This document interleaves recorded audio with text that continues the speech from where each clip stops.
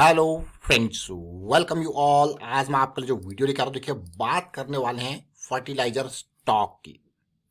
देखिए फर्टिलाइजर, जैसा मैं आपको बार बार कहता हूं कि भाई फर्टिलाइजर बहुत ही इंपॉर्टेंट कंपोनेंट है एग्रीकल्चर का। बहुत ही इंपॉर्टेंट। आप खुद सोचिए, धीरे धीरे देखिए एक मिट्टी है, उसमें आप कुछ चीज़ें उगाते हो। वो मिट्टी के जो इम्पोर्टेंट कंपोनेंट हैं, जो भी उस पौधे को, उस फसल को चाहिए होता है, वो मिट्टी से सारे ले लिए जाते हैं। लेकिन पुराने टाइम पे क्या करते थे, वहाँ पे आप मैं कहूँगा गोबर वाली खाद, या फिर मैं कहूँगा जो बकरी का गोबर होता है ना, उसमें बहुत ज़्यादा नाइट्रोजन वाला जहाँ पे चीज़ें चाहिए होती है वो उसमें होती है।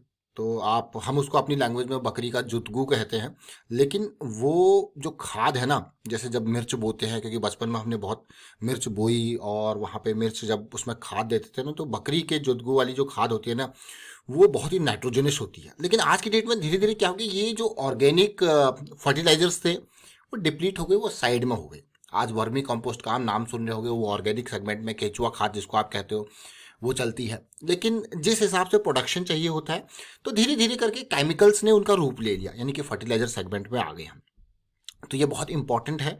जब खेती से जुड़े हुए जो लोग होते हैं वो जानते हैं क्या अहमियत होती है फर्टिलाइजर की, क्या अहमियत होती है खाद की पौधों की, क्योंकि भाई उसका खाना पीना वो उसी चीज़ों को वो है कन्वर्ट कर रहा है, चीज़ों को चेंज कर रहा है, फॉर्म चेंज कर रहा है। अगर आप ओवरऑल चीज़ें देखोगे तो फॉर्म चेंज हो रही है। और फर्टिलाइजर में सबसे इंपॉर्टेंट पार्ट क्या होता है, NPK।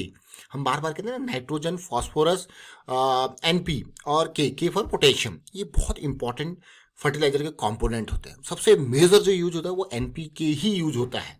अलग अलग फॉर्म्स में आप देखोगे ये मिनरल्स को यूज किया जाता है पौधे के द्वारा, और फिर उसके हिसाब से जिसकी जैसी उसकी प्रोसेस है उस हिसाब से वो फ्रूटिंग देता है, या फिर मैं कहूँगा उस हिसाब से वो फसल का उत्पादन करके देता है।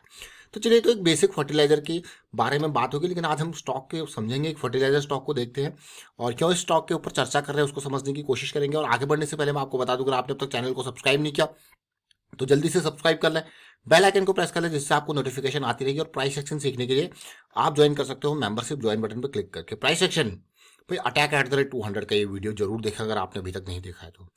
रेगुलर एक्सरसाइजेस की वीडियो जरूर देखें। और वीडियोस देखने से कुछ नहीं होगा, आपको एक्चुअली में जो करना है ना, वो रेगुलर एक्सरसाइज करनी भी है, उससे आपको फायदा मिलेगा। ये तो जस्ट पता है कि क्या, कैसे रेगुलर एक्सरसाइज करनी है, क्या रेगुलर एक्सरसाइज करनी है। जो हम 200, 500, 50 जो स्टॉक के बारे में बात करते थे, वो किस तरीके से आपको स्कैन करने, कैसे देखने, वो सब इसमें डिटेल से समझाया हुआ है। तो चलिए समझते हैं आगे डिटेल में। आज हम बात करने वाले हैं चंबल फर्टिलाइजर्स की। अभी रिसेंटली कुछ टाइम पहले जैसी उम्मीद इस स्टॉक से लगाई गई थी, 12,000 करोड़ का मार्केट कैपिटलाइजेशन है। और चंबल फर्टिलाइजर को देखते हैं।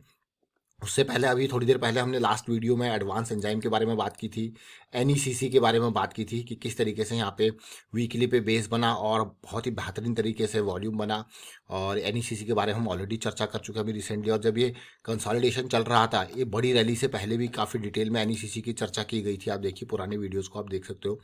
और साथ में अभी हमने एडवांस एंजाइम्स के बारे में बात करी कि यहाँ पे कंसोलिडेशन कैसे बन रहा है। और हम बात करने वाले हैं चंबल फर्टिलाइजर की। देख रहे हो, चंबल फर्टिलाइजर अगेन हमारे लिए जो जोन था और जिस चीज़ की उम्मीद थी, वो धीरे धीरे उस पाथ पे ये जाता हुआ। बहुत ही important, 200 SMA weekly. Weekly Chambal fertilizer 200 SMA, 260। देख रहे हो, अब ये एक पॉजिटिविटी आपको देखने को मिल रही होगी। जैसे जैसे उम्मीद की गई थी, बिल्कुल उसी तरीके से स्टार्ट हो रहा है। और बहुत ही बेहतरीन तरीके से स्टॉक में एक पॉजिटिविटी, बिल्कुल लो रिस्क वाली चीज़ आपको देखने को मिल रही है। तो चलिए छोटे छोटे टाइम फ्रेम पे देखेंगे, वहाँ पे देखते हैं साइकिल स्टार्ट हो रही है कि नहीं हो रही। डेली टाइम फ्रेम पे चलते हैं अगेन। बिल्कुल जैसी जैसी उम्मीदें थी वैसे वैसे वॉल्यूम्स बन रहे हैं, और उसी तरीके से चीज़ें एक पॉजिटिविटी। रिसेंटली यहाँ पे एक बेहतरीन फॉल आया था, और उसके बाद बेहतरीन रिजेक्शन आपको देखने को मिल रहा है। तो बिल्कुल बिल्कुल उम्मीद पे खरा उतरता हुआ ये शेयर। और काइंड ऑफ पूरी की पूरी साइकिल आप देखिए। अब हमारे पास एक स्ट्रिक्ट स्टॉप लॉस यहाँ पे अवेलेबल है, 270 के आसपास का डीप स्टॉप लॉस अवेलेबल है, 250 के आसपास का। और पॉजिटिविटी यहाँ पे स्टार्ट हो रही है। बहुत ही इंपॉर्टेंट साइकिल यहाँ पे स्टार्ट हो रही है चंबल फर्टिलाइजर की। तो आप देख रहे हो कि बिल्कुल जड़ पे। तो इसीलिए आपको हम कहते हैं कि 200 SMA की साइकिल जब स्टार्ट होती है, तो दैट इज कॉल्ड द जड़ पार्ट। तो जड़ पार्ट मतलब बिल्कुल ही starting point of the rally. अब यहाँ पे क्या है, लो रिस्क की अपॉर्चुनिटी। तो सबसे इंपॉर्टेंट टारगेट क्या होगा यहाँ पे, सबसे पहले, फिर और उससे जहाँ से फॉल आते हैं ना, जहां से बड़े फॉल आए हैं वो आपके लिए जोन से इंपॉर्टेंट होंगे, जहां से बड़े फॉल आए हैं। फिर लास्ट टाइम लिक्विडिटी जोन, तो हमारे लिए ये जोन यहाँ पे consolidation zone, consolidation zone, consolidation zone, फिर बड़े करेक्शन जोन।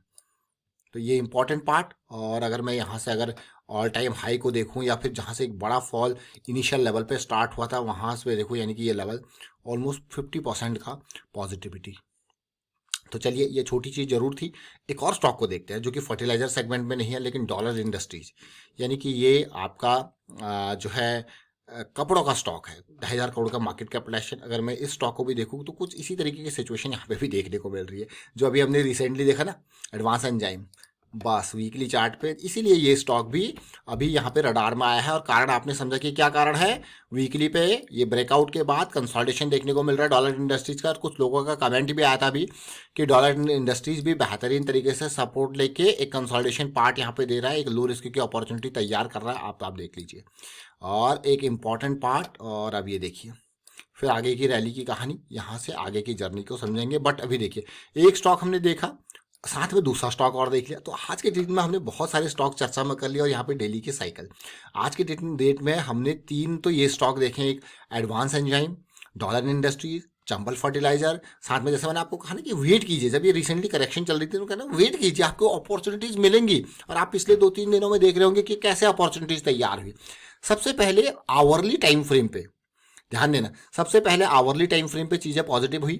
अगर इसी में मैं आवरली टाइम फ्रेम आपके सामने लगा दूँ तो आप खुद देखना, आवरली टाइम फ्रेम पे साइकिल स्टार्ट हुई है ना। फिर वो साइकिल आपको डेली में देखने को मिली, फिर वो रैली आपको देखने को मिली। तो ये धीरे धीरे step by step, time frame by time frame positivity आपको देखने को मिली है। लेकिन stop loss again very important part. कभी भी ये जरूर ध्यान दें, ये जरूर समझें कि जब भी जहाँ पे भी आप रिस्क मैनेजमेंट की चीज़ें रखते हो तो वहाँ पे स्ट्रिक्टली आपको दोबारा अपॉर्चुनिटी मिल जाएगी, लेकिन वहाँ पे कैपिटल को सेव करना बहुत ज़रूरी है। क्योंकि अभी तो चीज़ें आपको देखने को मिला कि वापस हुई, बट अगर चीज़ें वापस नहीं हुई तो आपको वो छोटा लॉस बड़े लॉस में कन्वर्ट हो जाएगा। So that is important part. हमेशा प्रायोरिटी क्या, कैपिटल को बचाने की। कैपिटल बचे रहेगी तभी तो आप नेक्स्ट स्टेप्स ले पाओगे, अगली अपॉर्चुनिटीज को ग्रैब कर पाओगे। तो इसीलिए रिस्क मैनेजमेंट हमेशा एक टॉप प्रायोरिटी। मार्केट में कोई गारंटी नहीं है, मार्केट इज कंप्लीटली डायनेमिक। इसको समझे, मार्केट क्या है, कंप्लीटली डायनेमिक है।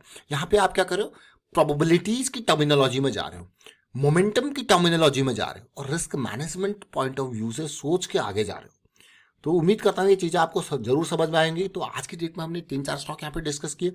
और फिलहाल वाइंड अप करता हूँ इस वीडियो को। आप शेयर कीजिए, लाइक कीजिए, प्राइस एक्शन सीखते रहिए, प्रैक्टिस करते रहिए। प्रैक्टिस बहुत इंपॉर्टेंट है, बहुत मीन्स बहुत इंपॉर्टेंट। ठीक है। And thank you for watching the video.